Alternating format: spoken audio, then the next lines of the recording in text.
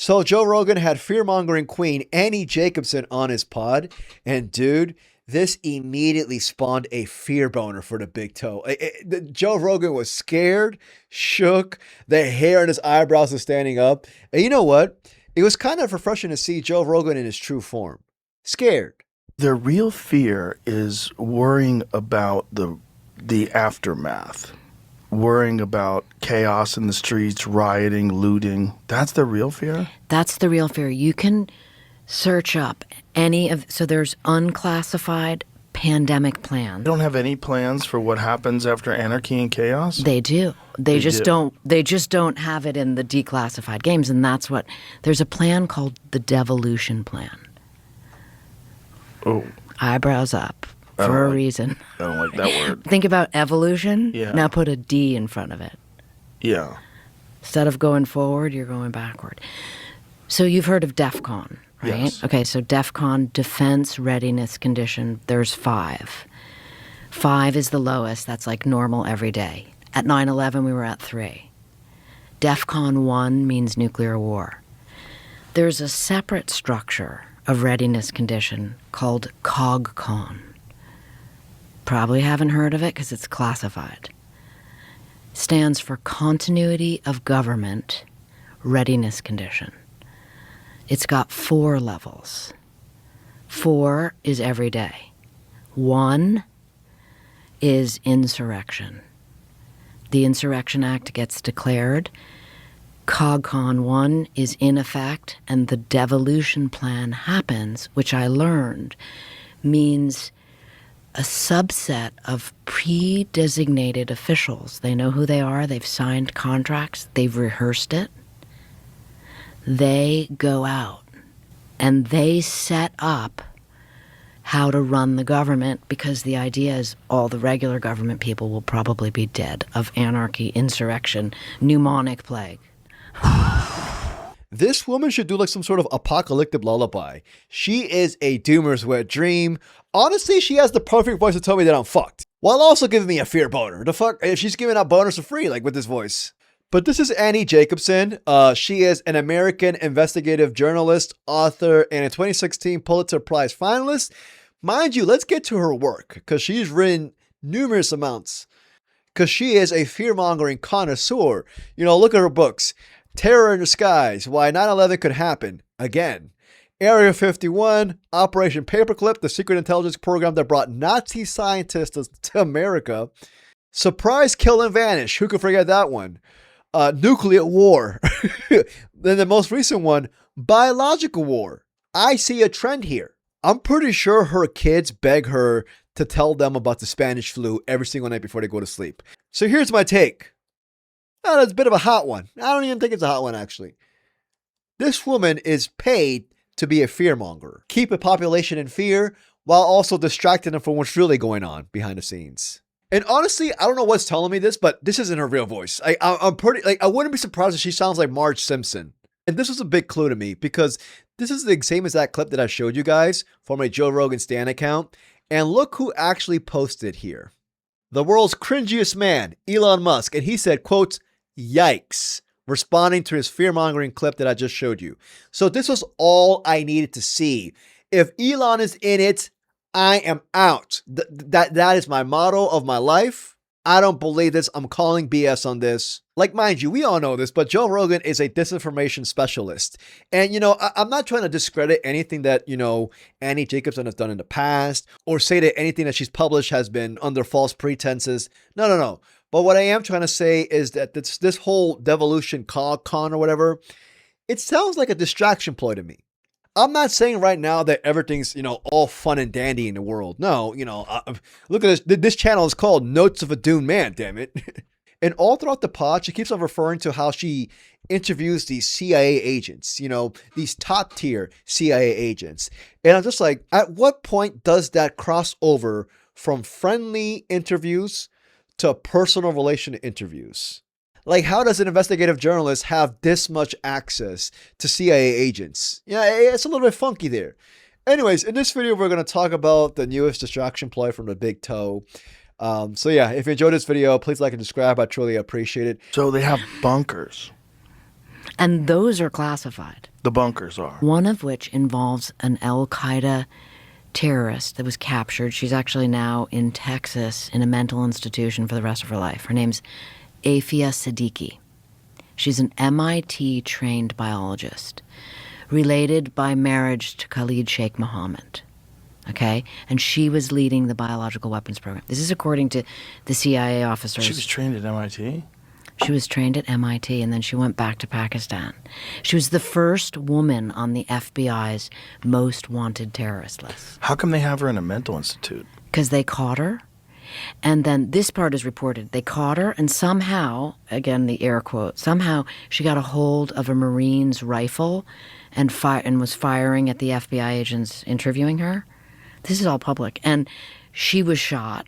They took her to the United States, gave her a trial, decided she was insane, put her in a mental institution.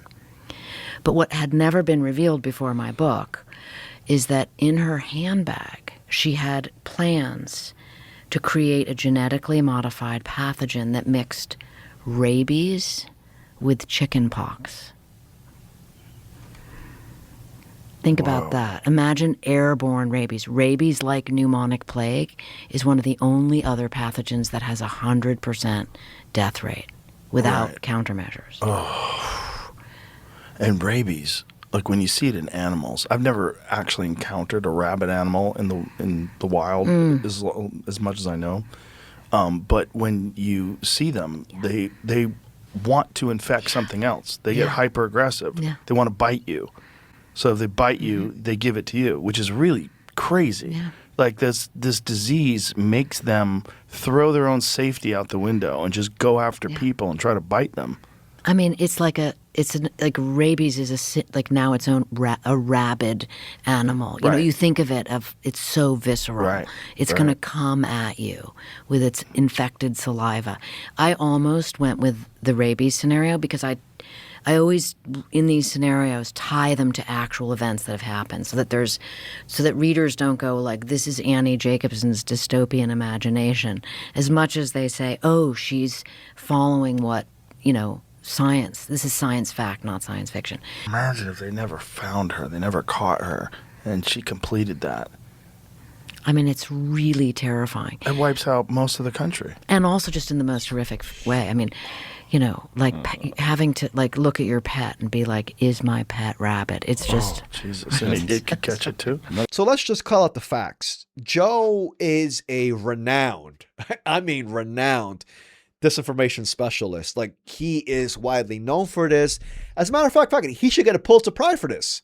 And mind you, I did some digging. Y'all know me, I occasionally dig. I did some research on this Dr. Aafia Siddiqui regarding the rabies story that Annie Jacobsen just spewed out. And mind you, it says right here that Dr. Siddiqui was a Pakistani neuroscientist who was arrested by Afghan police in Ghazni province on July of 2008. And it goes on to state here that FBI agents arrived at her compound to question her.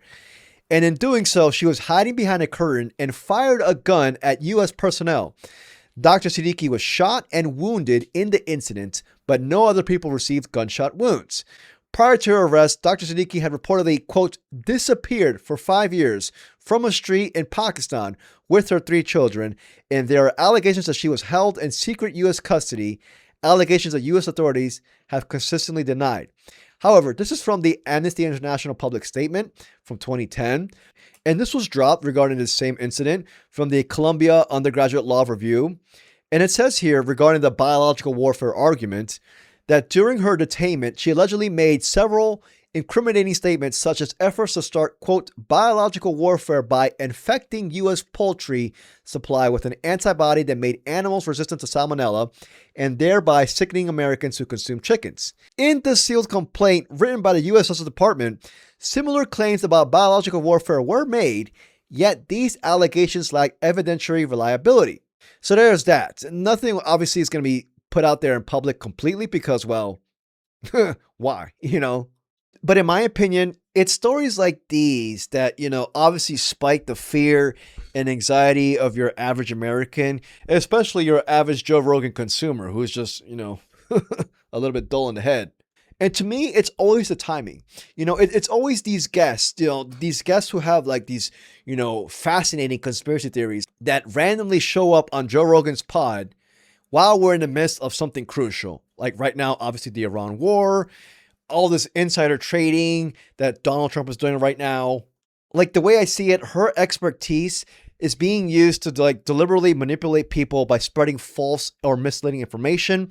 Like rather than helping the public understand the facts, like her work is to exploit fear, anger, and confusion to influence people's opinions or even behavior, which can sometimes even lead to people being radicalized. And it makes it more difficult for people to actually, distinguish between reliable information from propaganda.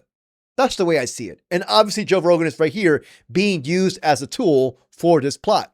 He told me a couple stories, and I write them like history lessons in the book. Once he went to Sudan and met with the top biological weapons maker for Al-Qaeda. And it's just chilling. It's basically, you get the feeling like that Rolf said, I got them to agree to stop temporarily. Temporarily. Sorry, Joe. This is the nightmare stuff. So what do they think that they're going to do if they get into these bunkers? This is the thing. It's like if society completely collapses and anarchy just sweeps the nation and you've got cities on fire and people killing people and looting, eventually they're going to run out of food. Eventually there's going to be no infrastructure. You've got no power. You've got no one who's taking care of the water. No one's taking care of the satellites. No one's taking care of anything. The cell phone towers are down. What are these people in the bunker going to do? Are they going to reinvent society? Well, that's the plan down the road. But before... Do they have that? Do they have Part 5 of the devolution plan is called Reconstitution. Oh, Jesus. So they're going to reconstitute the government. Like, rise again like a phoenix from the ashes. Here's the thing that gets me with this clip. Every single one of Joe Rogan's friends has a bunker, including Jamie. This motherfucker has a bunker too. Like all of Elon, Peter Thiel, I'm pretty sure Sam Altman, all these tech billionaires, all these tech oligarchs, all who are best friends with Joe Rogan, all of them have bunkers. Also, Joe Rogan actually stated that, the people who actually run the government, they're very incompetent though. Yeah, man. Motherfucker, you're friends with them. You are a state propaganda show for the Trump admin. You're talking about incompetence. You're directly linked to incompetence then. So what are we talking about? This man was recently in the Oval Office. This man is outright defending Trump whenever he gets a chance. That's the only pushback he does on his pod. It's only regarding Trump and the Trump admin. Other than that, you can go in there free willy talking about, the world's going to end next week. Joe Rogan will give you no pushback whatsoever. And I wanted to show you this article real quick that was dropped last October. It says here, tech billionaires seem to be doomed prepping. Should we all be worried? And it goes on to say here, the list of names of all these douche faces who have started to build bunkers. Mark Zuckerberg right here, who has a 1,400-acre compound in the Hawaiian island of Kauai, something like that, Kauai Leonard. Also, Reid Hoffman, the co-founder of LinkedIn, has talked about, quote, apocalypse insurance. This is something about half of the super wealthy have, he has previously claimed, with New Zealand being a popular destination for homes. It goes on to say here that, so could they be preparing for war, the effects of climate change, or some other catastrophic event? I don't know. If I was them, I would be asking Annie Jacobsen, because apparently this woman knows everything. But yeah, there's that. Y'all let me know what y'all think. This is just a little quick video on the big toe being all shook. If you enjoyed this video, please like and subscribe. I truly appreciate it. Till the next video. Peace, y'all.